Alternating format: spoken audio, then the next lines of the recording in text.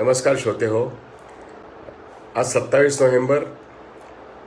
काल संपूर्ण देशभरामध्ये शेतकऱ्यांचे 3 कायदे आणि कामगारविषयक 4 कायदे मोदी सरकारने कोणत्याही राजकीय पक्षांना विश्वासात न घेता, कोणत्याही कामगार किंवा शेतकरी संघटनांना विश्वासात न घेता पार्लमेंटमध्ये ज्या पद्धतीने त्यांनी दडपून टाकण्याचा प्रयत्न केला. पहिल्यांदा शेतकऱ्यांचा उठाव झाला आणि मग कामगारांच्या प्रश्नावरती काही चर्चा झाली नाही. आणि हे 3 कायदे सप्टेंबर महिन्यामध्ये पास झाल्यानंतर 26 नोव्हेंबरला एक अखिल भारतीय आंदोलनाचा कार्यक्रम ठरला. आणि हा आंदोलनाचा कार्यक्रम संपूर्ण भारतात गेल्या कित्येक वर्षात झाला नव्हता, एवढ्या अत्यंत प्रभावीपणे झालेला आहे. संविधानाचा दिवस, शहीद करकरे आणि संपूर्णपणे जे 2008च्या 26/11च्या हल्ल्यामध्ये ज्यांचं हौतात्म्य पत्करण्यात आलं, या सर्वांना वंदना करून संविधानाच्या दिवशी या देशातील तमाम शेतकरी, जवळजवळ 500 संघटना आणि सर्व केंद्रीय कामगार संघटना आणि राज्यातील विविध कामगार संघटना एकत्र आल्या. एवढंच नव्हे तर यांना पाठिंबा देण्यासाठी देशातील सर्वच जनसंघटना एकत्र आल्या. महाराष्ट्रात त्यांची जन आंदोलनांची संघर्ष समिती म्हणजे अलायन्स ऑफ अलायन्सेस निर्माण झाली 17 ऑक्टोबर रोजी. आणि तेव्हापासून कोणत्या पद्धतीने मोदी सरकारच्या ह्या दमन नीतीला विरोध करायचा याची एक आखणी झाली. आणि 124चा कलम असल्यामुळे, करोनाचा कालखंड असल्यामुळे, प्रत्यक्षामध्ये धरणे मोर्चे करता येत नसल्यामुळे किमान समान ॲक्शन प्रोग्राम ठरला. आणि तो म्हणजे 36 जिल्ह्यांमध्ये 400 तालुक्याच्या ठिकाणी हजारोच्या संख्येने मानवी साखळ्या करणं. आणि मुंबईमध्ये चर्चगेटपासून, विटीपासून ते विरार पालघरपर्यंत किंवा बदलापूरपर्यंत हा कार्यक्रम ठरला. आणि प्रत्यक्षामध्ये न भूतो आणि न भविष्यती अशा तऱ्हेचा हा कार्यक्रम घडलेला आहे. आणि निश्चितपणे नोंद घेण्यासारखी गोष्ट आहे की पोलिसांनी परवानगी न देता सुद्धा मुंबई, ठाणे, बदलापूर सारख्या शहरात आणि संपूर्ण महाराष्ट्रामध्ये लोक रस्त्यावरती आले. मोदी सरकारच्या ह्या एकूणच दमन नीतीविरोधात लोकजागृती वेगाने होते आहे. आणि याचाच एक परिणाम म्हणून राष्ट्रवादी काँग्रेस, काँग्रेस पक्ष आणि शिवसेना पक्ष, महाविकास आघाडीतले हे पक्ष सरकार म्हणून जरी पाठिंबा देऊ शकत नसले तर एक राजकीय पक्ष म्हणून त्यांनी या संपातल्या मागण्यांच्या संदर्भात बाजूने भूमिका घेतली. ही फार महत्त्वाची गोष्ट आहे. त्याचप्रमाणे विरोधातले CPI, CPM, शेका पक्ष यांनी तर उघड सहभागच घेतलेला आहे. आणि त्यामुळे राजकीय पक्ष पाठिंबा देत आहेत. कामगार संघटना, शेतकरी संघटना, जनसंघटना प्रत्यक्षामध्ये लोकांना रस्त्यामध्ये सहभागी व्हायला विनंती करतायत आणि लोक सहभागी होत आहेत. मोदी सरकारच्या विरोधात शेतकरी कायदे रद्द करा, कामगार कायदे रद्द करा. आणि लोकांनी हे ठरवलेलं आहे की आता आपली नोट आणि आपला वोट 2024 पर्यंत आणि कोणत्याही निवडणुकांमध्ये ज्या मोदी सरकारने शेतकऱ्यांना आणि कामगारांना भुईसपाट केलेला आहे, यापुढे मत देताना ही जी काही एकूण एकजूट आहे, या एकजुटीची शपथ आहे संविधानाच्या दिवशी की संविधानाचे सर्व मूलभूत अधिकार ज्या मोदी सरकारने नष्ट केलेले आहेत कायद्यान्वये, त्या मोदी सरकारला पाय उतार करण्याकरता लोकांनी शपथ घेतलेली आहे. आणि 36 जिल्ह्यामध्ये 400 ठिकाणी मानवी साखळ्यांना हजारो लोक जमले. प्रत्यक्षामध्ये सोलापूर, कोल्हापूर, औरंगाबाद, सांगली, सातारा, नाशिक, धुळे, नंदुरबार, जळगाव, रायगड, ठाणे, पालघरमध्ये पालघर, विक्रमगड, जव्हार, शहापूर, तलासरी या ठिकाणी 15-20 हजार लोकांचे प्रत्यक्षामध्ये रास्ता रोको, मोर्चा, मानवी साखळ्या, एवढा मोठा जनसमुदाय 36 जिल्ह्यांमध्ये मोठ्या प्रमाणात उमडला. आणि मग राज्य सरकारांच्या आणि केंद्र सरकारांच्या सर्व संबंधित अधिकाऱ्यांना एक किमान कार्यक्रमाचं निवेदन, मागण्यांचं निवेदन, ज्या मागण्यांमध्ये शेतकरी कायदे आणि कामगार कायदे रद्द करा हे तर होतच, परंतु केंद्र सरकारने आणि राज्य सरकारने बजेटमध्ये आरोग्य शिक्षणाची तरतूद करावी, मूलभूत अधिकारांचं संरक्षण करावं, रस्ते, हॉस्पिटल्स प्रत्येक तालुक्याला बांधावेत, विशेष करून हॉस्पिटल्स बांधावेत, सर्व अंगणवाडी, आशा वर्कर्स, कंत्राटी कामगारांना कायमस्वरूपाच्या नोकऱ्या मिळाव्यात, पब्लिक सेक्टरचं खच्चीकरण आणि खाजगीकरण थांबवण्यात यावं, बँकांची आणि BPCLची विक्री थांबवण्यात यावी. या मूलभूत मागण्या कामगार वर्गाने केल्या आणि शेतकरी वर्गाच्या बाबतीत सर्व APMCमध्ये संप झाला. आणि या APMCच्या संपामधून हे स्पष्ट झालं की केंद्र सरकारच्या कायद्यातून APMCची सिस्टम जी आहे आणि स्वामीनाथन कमिटीच्या शिफारशी ह्या अंमलात आल्याच पाहिजेत, हमीभाव मिळालाच पाहिजे. शेतकऱ्यांना वाजवी भाव मिळणार नसेल तर हमीभाव जो स्वामीनाथन कमिटीने सांगितलेला आहे त्याचा कायदा झाला पाहिजे, किमान वेतन कामगारांसाठी मिळालं पाहिजे, रोजगार हमीवरती वर्षाला जे 100 दिवस मिळतात काम त्याऐवजी 200 दिवस मिळालं पाहिजे आणि त्याचा जो दर आहे 200 दिवस काम मिळून 600 रुपये रोज, तो 300 रुपये मिळतो, तो 700 रुपये मिळायला पाहिजे. या तऱ्हेच्या मागण्या केल्या आहेत. बिहारच्या इलेक्शनमध्ये तेजस्वी यादवने आणि तमाम डावे पक्ष आणि काँग्रेस यांनी या मागण्या निवडणुकीत लावून धरल्या होत्या आणि लोकांनी भरभरून पाठिंबा दिला. खरं तर ते निवडून आले असते, परंतु इलेक्शन कमिशन हे तर मोदी सरकारच्या हातातलं बाहुलंच आहे, नितीश कुमारांच्या हातातलं ते बाहुलंच होतं. आणि त्या ठिकाणी आपण बघितलं कित्येक आमदार जे विरोधी पक्षात तेजस्वी बरोबर आहेत किंवा काँग्रेस बरोबर आहेत किंवा डाव्यांबरोबर आहेत, फक्त 8 मतांचा फरक आहे, 8 आमदारांचा फरक आहे. 50 ते 60 लोकांना त्यांचे निवडून येऊन सुद्धा त्यांना ते हरल्याचं सर्टिफिकेट देण्यात आलं आणि आज हा प्रश्न न्यायालयीन प्रविष्ट आहे. बिहारमध्ये अशा तऱ्हेने कधी EVM, कधी मॅजिस्ट्रेट आणि कलेक्टर्स आणि निवडणूक आयुक्त हाताशी धरून निवडणूक जिंकण्याची ही नवीन पद्धत मोदी सरकार आणि नितीश कुमार सरकारने पार पाडली. परंतु त्या ठिकाणी जो अजेंडा ठरला तो अजेंडा आज देशभरचा अजेंडा झाला आहे. आमच्या कमाईचं काय, आमच्या रोजगाराचं काय, आमच्या उत्पन्नाचं काय, आमच्या जगण्याचं काय, सरकार आम्हाला नोकऱ्या देणार किंवा नाही, आणि सरकारने आमच्या आरोग्य आणि शिक्षण या प्रश्नांवरती किती खर्च केला आहे मला सांगा. हा प्रश्न बिहारमधून पहिल्या प्रथम निवडणुकांमध्ये दुमदुमला आहे आणि आता तो शेतकऱ्यांच्या आणि कामगारांच्या या देशव्यापी संपामध्ये दुमदुमला आहे. हे असंच चालत 2024 पर्यंत भारतामध्ये ज्या पद्धतीने लॉकडाऊनच्या काळामध्ये मोदींनी संपूर्णपणे अर्थव्यवस्थेचा सत्यानाश केलेला आहे. अर्थव्यवस्थेचा सत्यानाश कालच रिझर्व्ह बँक ऑफ इंडियाने पहिल्या प्रथम आणि भारत सरकारने सुद्धा पहिल्या प्रथम मंदीची सुरुवात झाली असं सांगितलेलं आहे. पण खरं तर 3.5% GDP आला ही तर गोष्ट फेब्रुवारी महिन्यातलीच आहे. खरं तर इंटरनॅशनल मॉनिटरी फंड असो किंवा आंतरराष्ट्रीय रेटिंग एजन्सी असो यांनी 3.5% कोणी म्हटलं तर कोणी 2% म्हटलं, कोणी 5% म्हटलं. रिझर्व्ह बँक ऑफ इंडियामध्ये मे महिन्यामध्ये त्यांनी सांगितलं की GDP हा निश्चितपणे निगेटिव्ह जाण्याची शक्यता आहे.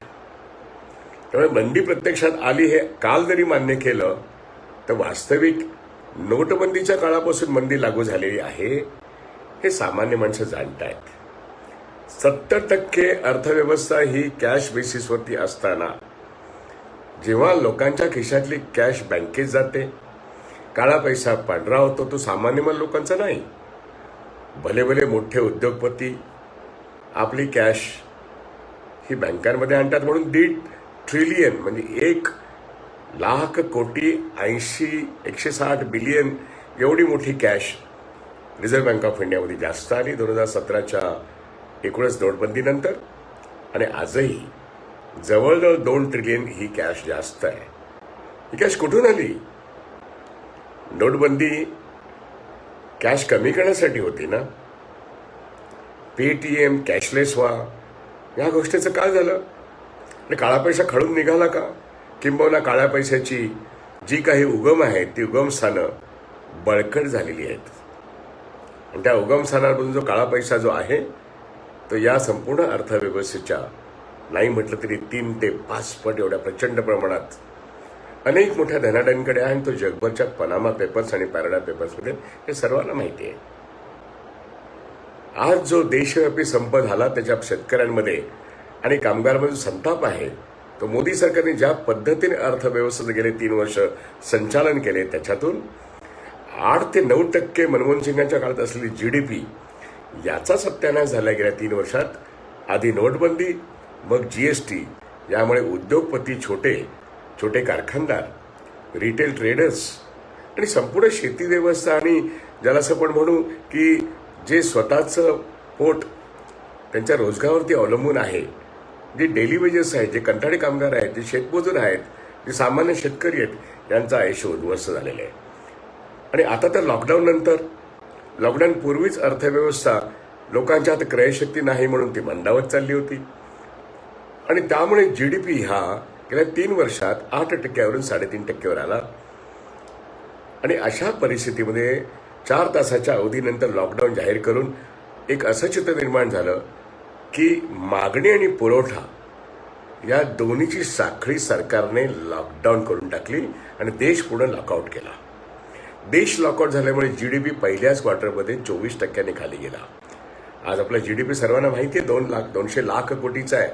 याचा अर्थ काय झाला की सरकारी आकड्यांप्रमाणे सुद्धा जवळजवळ 24% याचा तर 50 लाख कोटीचा चुराडा झालेला आहे. तो निगेटिव्ह झाला, आकुंचन पावले इकॉनॉमी. म्हणजे नवीन उत्पादन, सेवा आणि होतच नाही, फक्त शेती व्यवस्थेमध्ये जे काही थोडंफार GDP 3-3.5% वरती दिसत होता शेती व्यवस्थेची कॉन्ट्रीब्युशन, ती सुद्धा आता त्याला शेतमालाला योग्य भाव नाही म्हणून शेतकरी आणि त्यांचे 3ही कायदे रद्द झालेले आणि सगळं लॉकडाऊनमध्ये झालेलं आहे. करोनाच्या कालखंडामधली आणीबाणी ती आरोग्य आणीबाणी होती. लोकांनी पाठिंबा दिला, टाळ्या वाजवल्या, पण शेवटी मोदींनी लोकांचा गळा दाबला. ते टाळ्या वाजवत राहिले पण त्याच्या नोकऱ्या गेल्या ना. उद्योग बंद पडले, 6 कोटी 20 लाख उद्योग बंद पडले, त्याच्यातून 13 कोटी रोजगार परमनंट गेला. आणि स्थलांतरित कामगार आणि बाकीचे असंख्य कॉन्ट्रॅक्ट लेबर आणि डेली वेजेस यांना तर देशोधीला लागावं लागलं. त्यांच्या संरक्षणासाठी कोणता कायदाच नव्हता. अशी जर संख्या जर बघितलं तर या देशामध्ये 50 ते 60 कोटी लोक हे रोजगाराविना राहिले. आणि म्हणून त्यांना 5 किलोचं धान्य आम्ही देऊ, 5 किलो रेशनवर आणि 5 किलो मोफत देऊ, या बाताच ठरलेल्या आहेत. लोक चालत आपल्या गावी गेले, अजूनही लोक परत आलेले आहेत. मार्च महिन्यापासून नोव्हेंबर महिना आता संपत आलेला आहे. 8 महिने होऊन गेले.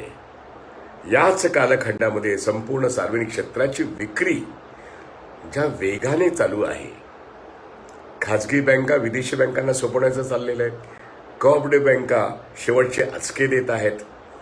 ज्या चांगल्या आहेत त्यांना खाजगी हातांना सोपवण्याचा प्रयत्न चालले आहेत. 26 बँकांच्या 12 बँकाच्या 5 बँका झालेल्या आहेत. आणि ज्या चांगल्या बँका त्यांची विक्री करण्याचं जानेवारी किंवा डिसेंबरमध्ये ठरलेलं आहे. मग त्यात बँक ऑफ महाराष्ट्र असेल किंवा IOB असेल किंवा युको बँक असेल. खाजगीकरण हा फार दूरचा शब्द झाला. त्याच्या आधी तिची विक्री, जशी BPCLची विक्री सौदी अरामाकोला आणि मुकेश अंबानीच्या कंपनीला होते, तशी बँक ऑफ महाराष्ट्र, IOB किंवा पंजाब अँड सिंध बँक आणि युको बँक, त्या ठिकाणचे कर्मचारी जरी झोपून असले तरी मोदी सरकार मात्र त्यांनी गुंतवणूकदार शोधलेले आहेत की ज्यांना या बँका विकायच्या आहेत आणि कवडी मोल भावाने विकायच्या आहेत. या 4ही बँका नफ्यात आहेत. आणि कामगार कायद्यांमध्ये झालेले बदल, त्याची अंमलबजावणी 1 एप्रिल 2021 नंतर जेव्हा सुरू होईल तेव्हा या सर्व बँक कर्मचाऱ्यांच्या, सर्व केंद्र सरकारच्या कर्मचाऱ्यांच्या, सर्व सार्वजनिक क्षेत्रातल्या कर्मचाऱ्यांच्या नोकऱ्या या एका झटक्यात परमनंटच्या कंत्राटी होतील. त्या कंत्राटी होतील आणि कंत्राटदार हाच खरा मालक असेल. प्रिन्सिपल एम्प्लॉयर म्हणून नावाची गोष्ट जी कॉन्ट्रॅक्ट लेबर ऍक्टमध्ये आहे ती संपुष्टात येईल. सरकार सगळ्या नोकऱ्या त्या फिक्स्ड टर्म एम्प्लॉयमेंटमध्ये, ते खाजगी क्षेत्र असेल किंवा सार्वजनिक क्षेत्र असेल, कायद्यांमध्ये झालेला बदल आहे की त्या कामगाराची व्याख्या, वर्कमेनची व्याख्याच त्यांनी बदलली, उद्योगाची व्याख्याच त्यांनी बदललेली आहे. त्यामुळे परमनंट नोकरी आता फिक्स्ड टर्म होईल आणि फिक्स्ड टर्म ही 2 किंवा 3च वर्षाची असेल. मग कुठे प्रश्न आला प्रॉव्हिडंट फंड देण्याचा, कुठे प्रश्न आला पेन्शन देण्याचा, कुठे प्रश्न आला ग्रॅच्युटी देण्याचा? याची सगळी रक्कम देऊन आपण लोकांना घरी पाठवणार आहोत असं सरकारने 4ही कायद्यांमध्ये सूचित केलेलं आहे, नवे लिहून ठेवलेलं आहे. आणि म्हणून संघटित वर्गामध्ये ज्या आज 6% लोकांच्या ज्या नोकऱ्या दिसतात, म्हणजे 94% असंघटित आणि 6% संघटित आहेत, या 6% संघटितांच्या नोकऱ्या आता कायमस्वरूपाच्या नोकऱ्या ह्या टेम्पररी किंवा कॉन्ट्रॅक्टवर होणार. आणि तो कॉन्ट्रॅक्टरच्या हातामध्ये तो नवीन आलेला जो कदाचित मोठ्या पगाराचा असेल किंवा अत्यंत छोट्या पगाराचा असेल, बहुसंख्य लोक 20-25 हजाराच्या पगाराच्या खालचे असतील, या सगळ्यांना 1.5 ते 2 वर्षाची फिक्स्ड टर्म एम्प्लॉयमेंटच हातात येणार. आणि अशा वेळेस मोदी सरकारच्या बाता आहेत की आम्ही लोकांना एम्प्लॉयमेंट कार्ड देऊ. पण आत्ता फिक्स्ड टर्म एम्प्लॉयमेंट याचा अर्थ सगळेच आत्तापर्यंतचे जे कायदे आहेत त्या कायद्यांमध्ये परमनंट नोकरी होण्याची एक योजना होती. 240 दिवस काम केल्यानंतर लोक परमनंट व्हायचे, 180 दिवस काम केल्यानंतर लोक परमनंट व्हायचे. महाराष्ट्र सरकारमध्ये असे चांगले कायदे गेल्या 60 वर्षात झाले. हे सगळे कायदे आता केंद्र सरकारच्या या कायद्यांमुळे नेस्तनाबूत झालेले आहेत. महाराष्ट्र राज्य सरकारला याचा विचार करावा लागेल की महाराष्ट्रातल्या जनतेला आपण काय रिलीफ देऊ शकतो. मोदी सरकारच्या नीतींना तुमचा विरोध असेल तर महाराष्ट्रातले माथाडी कामगार कायदा आहे, रोजगार हमी कायदा आहे, स्टँडिंग ऑर्डर्स आहेत, 240 दिवसानंतर परमनंट करण्याचा कायदा आहे. महाराष्ट्राच्या कामगारांना आणि शेतकऱ्यांना सुरक्षित करण्याकरता महाराष्ट्र सरकारने आपल्या अधिवेशनामध्ये विशेष कायदे केले पाहिजेत. ही सगळ्या कामगार संघटना संयुक्त कृती समितीची आणि महाराष्ट्रातल्या तमाम कष्टकरी जनतेची मागणी आहे. महाविकास आघाडी आज पाठिंबा देते, हे त्याचं स्वागत आहे. पण पाठिंबा देऊन त्यांना गप्प बसून चालणार नाही. येत्या अधिवेशनामध्ये हे सगळे महाराष्ट्र सरकारने कायदे केले पाहिजेत. कामगार संघटना संयुक्त कृती समितीच्या सर्व नेत्यांबरोबर, मग त्या सेनेच्या संघटना असतील, काँग्रेसच्या संघटना असतील, डाव्या पक्षांच्या संघटना असतील, स्वतंत्रपणे काम करणाऱ्या संघटना असतील, सर्व संघटनांची मिळून जी कामगार संघटना कृती समिती आहे त्याच्यामध्ये लेबर मिनिस्टर माननीय वळसे पाटलांनी निश्चितपणे एक चांगली मीटिंग घेतली. लेबर कमिशनर स्वतः हजर होते आणि लेखी मसुदा कामगार संघटना संयुक्त कृती समितीने महाराष्ट्र सरकारला सादर केलेला आहे. आणि कामगार मंत्र्यांनी हे स्पष्टपणे सांगितलंय की होय, आम्ही कामगारांचे आणि शेतकऱ्यांचे अधिकार सुरक्षित ठेवण्याकरता महाराष्ट्र सरकार म्हणून निश्चितपणे प्रयत्न करू. आणि मुख्यमंत्र्यांबरोबर पुन्हा एकदा मीटिंग होईल आणि महाराष्ट्राच्या 60 वर्षाच्या कालखंडात जे चांगले कायदे महाराष्ट्र सरकारने केले त्यातून जे संरक्षण पुरवलं ते अधिक वृत्तिंगत करून मोदी सरकारने केलेल्या कामगार विरोधी आणि शेतकरी कायद्याचा जो इम्पॅक्ट आहे तो इम्पॅक्ट आम्ही महाराष्ट्रामध्ये लोकांमध्ये होऊ देणार नाही. ही अत्यंत पॉझिटिव्ह अशी गोष्ट महाविकास आघाडीने निश्चितपणे बोलून दाखवली आहे. त्यांच्याकडे लेखी मसुदा कामगार संघटनांनी आणि शेतकरी संघटनांनी सादर केलेला आहे. आणि त्यामुळे येत्या अधिवेशनामध्ये आजचा हा संप मोदी सरकारच्या विरोधामध्ये 26 तारखेला यशस्वी झाला. 27 तारीख आजच्या दिवशी प्रचंड मोठं अजूनही आंदोलन सुरू आहे.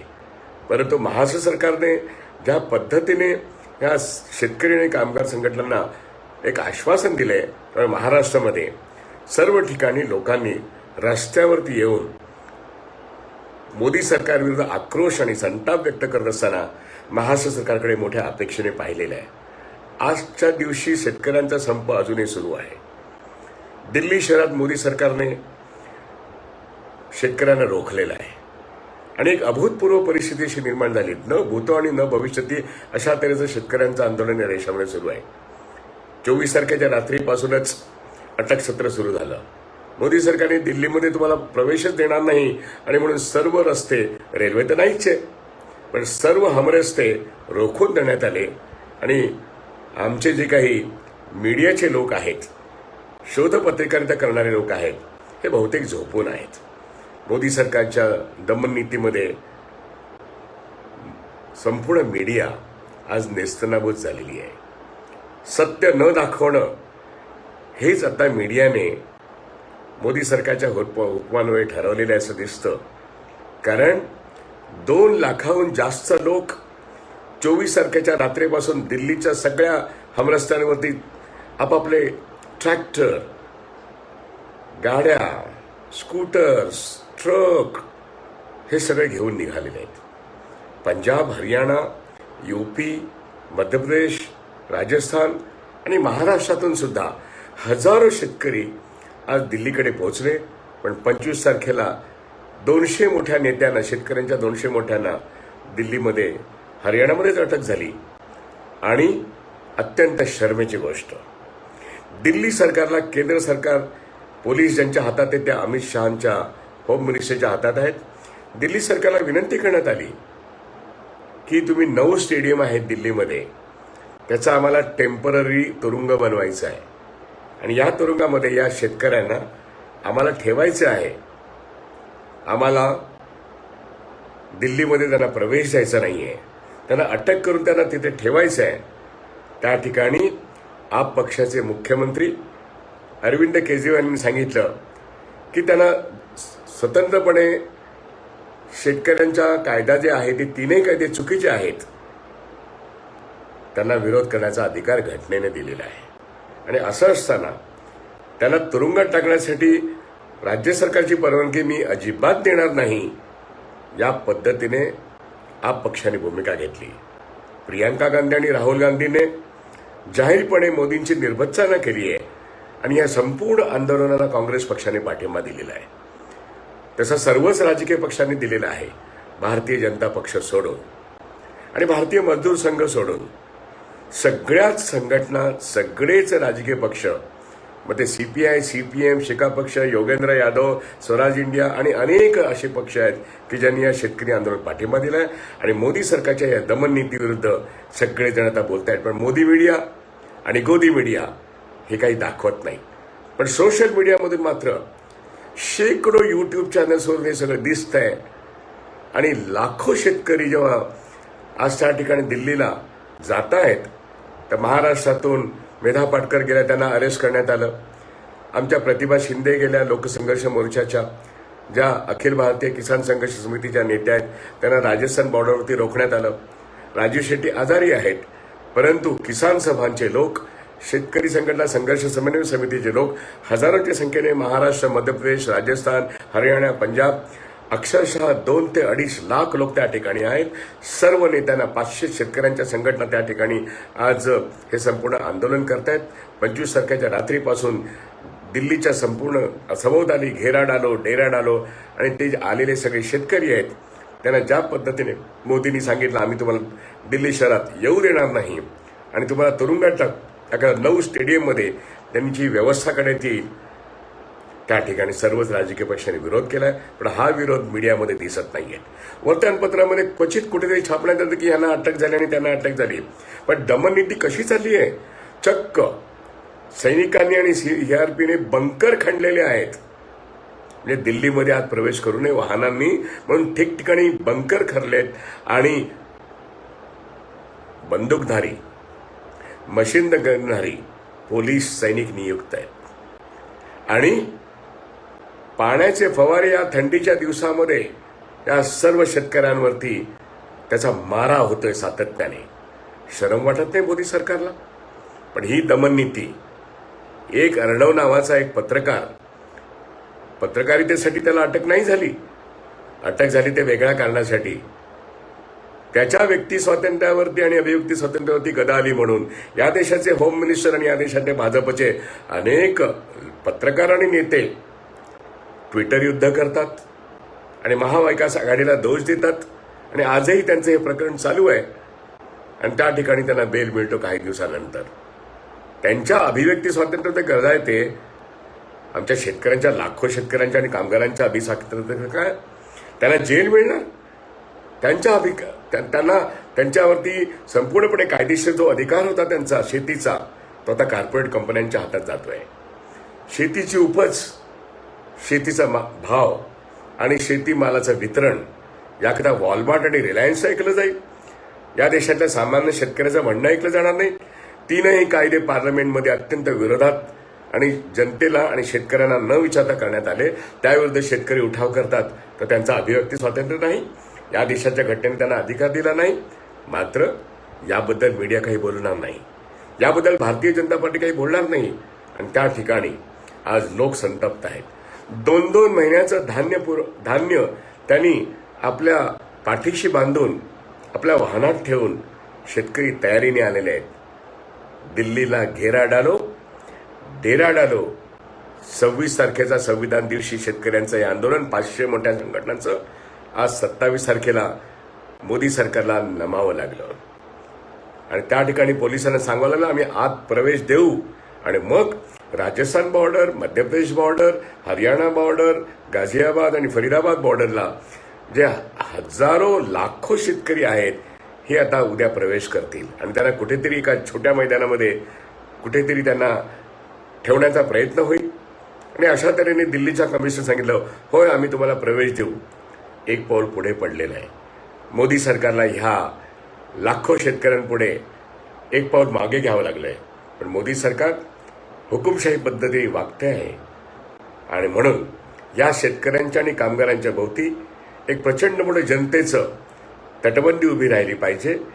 कारण त्यांच्या व्यक्तिगत स्वातंत्र्याचा जो काही आविष्कार आता दिसतोय आंदोलनामध्ये, संपामध्ये, बँक कर्मचाऱ्यांचा संप यशस्वी झालेला आहे, सरकारी कर्मचाऱ्यांचा संप यशस्वी झालेला आहे. संपूर्ण पब्लिक सेक्टरमध्ये त्याच्या विक्रीविरुद्ध लोक उठून उभे राहिलेले आहेत. खाजगी उद्योगधंद्यामध्ये मग ते चाकण असेल, पिंपरी चिंचवड असेल, नाशिक असेल, औरंगाबाद असेल, नगर असेल, महाराष्ट्रातल्या सर्व MIDC आणि देशभर जेवढे काही उद्योग आहेत ते आता बंद पडलेले आहेत 26 तारखेच्या आंदोलनामध्ये.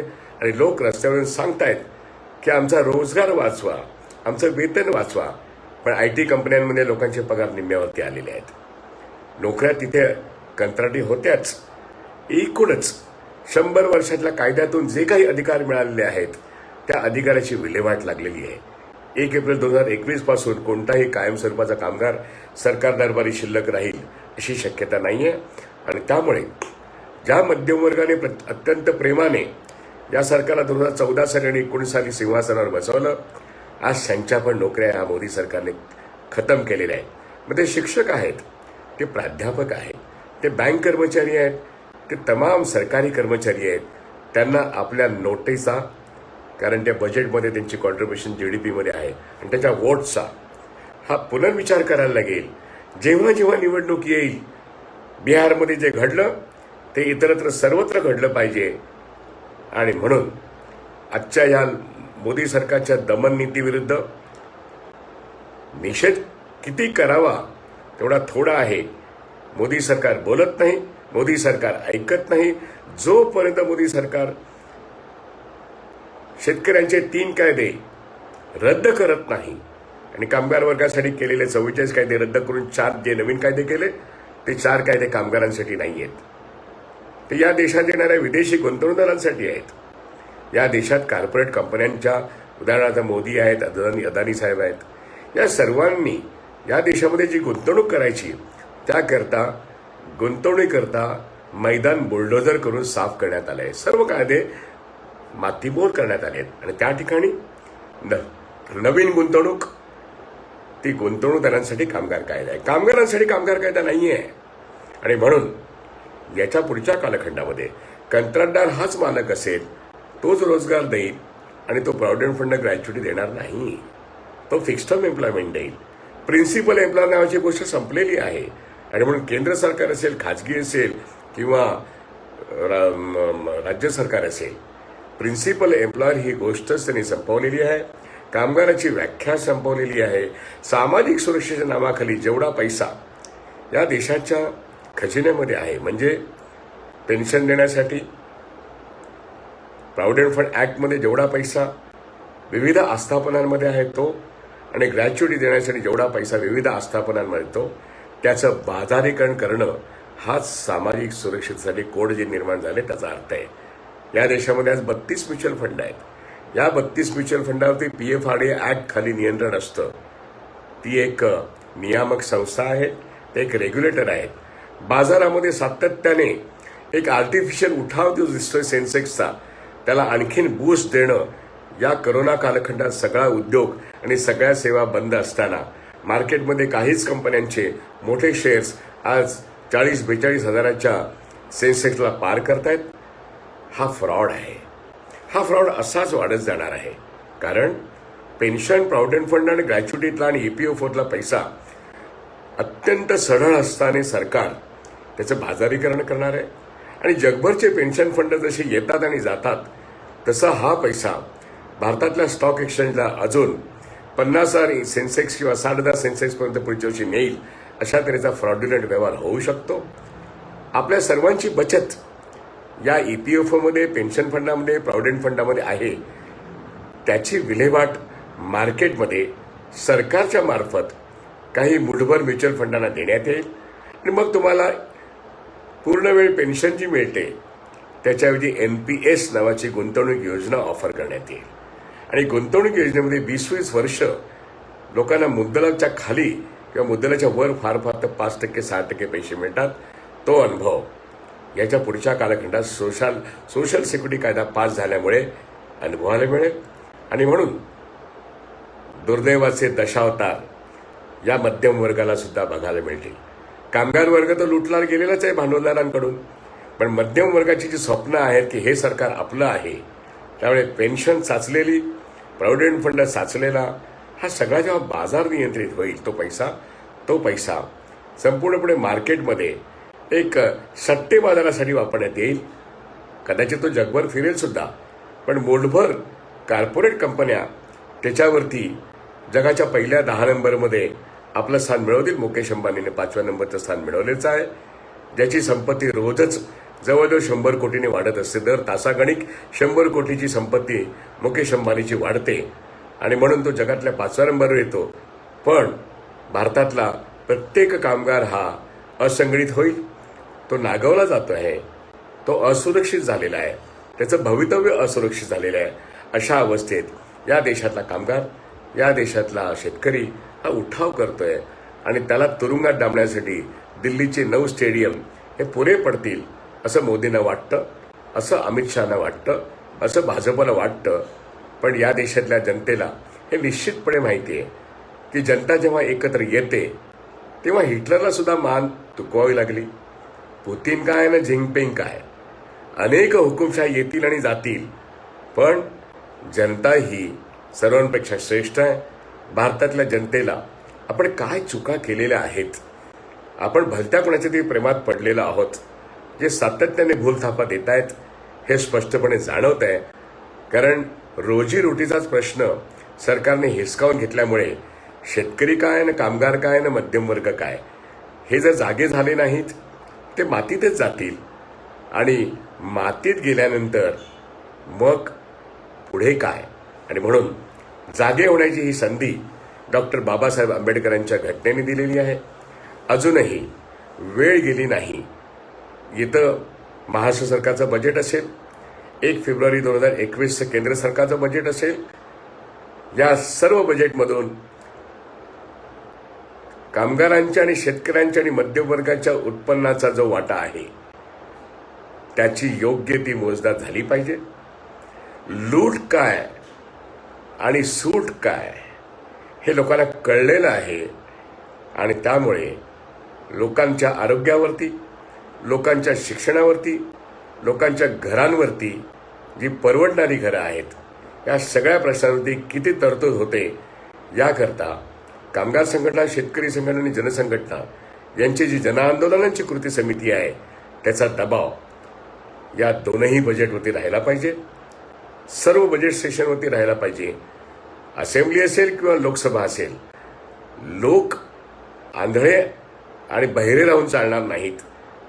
कारण आंधळे आणि बहिरे राहून गेले 6 वर्ष सर्वच हक्क आपण गमावून बसलेलो आहोत आणि आपल्याला लुटणारे गब्बर आणि श्रीमंत होत आहेत आणि आपण नागवले जात आहोत. याची जाणीव 26 तारीख आणि 27 तारखेला हे जे काही प्रचंड आंदोलन महाराष्ट्रात आणि देशात घडतंय, हे जे परिवर्तनाची लाट आहे ती मोदी सरकारच्या विरोधात आहे. लोकांना तुम्ही कितीही दाबा, लोक जेव्हा व्यक्त होतात तेव्हा आज करोनाच्या कालखंडात सुद्धा मुंबईसारख्या ठिकाणी आझाद मैदानमध्ये जर मोर्चा बोलावला असता तर कदाचित मॅक्झिमम 10,000 असते, पण मानवी साखळ्यांमध्ये कल्याण ते बदलापूरपर्यंत आणि पालघरपर्यंत 1,00,000 लोकांनी सहभाग घेतला. संपूर्ण महाराष्ट्रात 36 जिल्हे आणि 400 तालुक्यांमध्ये हजारो शेतकऱ्यांनी आणि कामगारांनी सहभाग घेतलेला आहे. हीच ती सुरुवात आहे. ही शेतकऱ्यांच्या आणि कामगारांच्या अभिव्यक्तीची सुरुवात, मोदी सरकारच्या अंताची सुरुवात आहे. आणि म्हणून आजचा व्हिडिओ हा केंद्र सरकारच्या शेतकऱ्यांच्या विरोधात जी दमन नीती त्यांनी सुरू केली गेले 3 दिवस आणि 200 पेक्षा जास्त शेतकरी इन्क्लुडिंग मेधा पाटकर आणि प्रतिभा शिंदे आणि योगेंद्र यादव यांना ज्या अटका झालेल्या आहेत त्यांची मुक्तता होणे, शेतकऱ्यांचे प्रश्न 3ही कायदे रद्द होणे, कामगारांचे 4ही कायदे रद्द होणे आणि या सरकारांनी नीटपणे सर्वांशी नीटपणे बायपोटॅट निगोशिएशन करणे ही तातडीची गरज आहे. पब्लिक सेक्टरचं खच्चीकरण आणि खाजगीकरण थांबवणे, विक्री थांबवणे, बीपीसीएलची विक्री थांबवणे ही ताबडतोबीची गरज आहे. आणि म्हणून केंद्र सरकारच्या दमननीतीचा निषेध करून ज्यांना अटक झाली त्यांची ताबडतोब मुक्तता झाली पाहिजे. नाहीतर हे आंदोलन 26 आणि 27 नंतर ज्या वेगाने पसरत जाईल ते महाराष्ट्रात आणि महाराष्ट्राच्या बाहेर निश्चितपणे असेल. केवळ दिल्ली हे एपिसेंटर राहणार नाही. आता ते हरियाणा आणि पंजाबमध्ये गेली 2 महिने रास्ता रोको आणि रेल रोको चाललंय. हे सातत्याने संपूर्ण देशभर झाल्याशिवाय राहणार नाही. आणि याचाच एक इशारा म्हणून आज हा गेल्या 2 दिवसाचा आढावा मोदी सरकारने शेतकऱ्यांना दिल्ली शहरात प्रवेश तर दिलेला आहे. त्यांचं म्हणणं ऐकून घ्या. त्याला तुरुंगात डांबलं तर उद्या हीच जनता या सरकारला माफ करणार नाही. आपल्या अधिकारांचा, आपल्या हक्कांचा जो काही लढा आहे तो शेवटी लोक देतील आणि अंतिमतः लोक विजय असतात. काही मुठभर पुढारी येतात आणि जातात. जनता अमर आहे हे विंदा करंदीकरांनी सांगितलं आहे. जनता आपल्या लढ्यातून, संघर्षातून अमर होत असते. हीच गोष्ट अत्यंत महत्त्वाची आहे. म्हणून आजचा हा व्हिडिओ हा अगर आवडला असेल, प्रश्न आवडण्याचा नाही आहे, प्रश्न समजून घेण्याचा आहे, तो लोकांपुढे व्हायरल करावा ही नम्र विनंती. मी विश्वास उटगी जन आंदोलनांच्या संघर्ष समितीचा एक निमंत्रक म्हणून सर्वांना विनंती करतो, ज्या संघटना आज या जन आंदोलनाच्या संघर्ष समितीत अजून आल्या नाहीत त्यांनी ह्याच्यात सामील व्हावं, आघाडी भक्कम करावी. व्यापक एकजुटीतून महाराष्ट्रातून आपण कोट्यवधी लोकांपर्यंत पोहोचलो आहोत. 11 कोटी जनतेला आपण प्रबोधनाच्या मार्गाने एकत्र ठेवूया. आणि महाविकास आघाडी आपल्या बाजूने काम करते. भाजप वगळता सर्व विरोधी पक्ष सुद्धा आपल्या बाजूने काम करतायत. महाराष्ट्र हा पुरोगामी कसा राहील आणि धर्मनिरपेक्ष लोकशाही मूल्यांसहित महाराष्ट्र हा पुढेच कसा राहील याची आपल्या सर्वांना काळजी करायची आहे. मी इथेच थांबतो. धन्यवाद.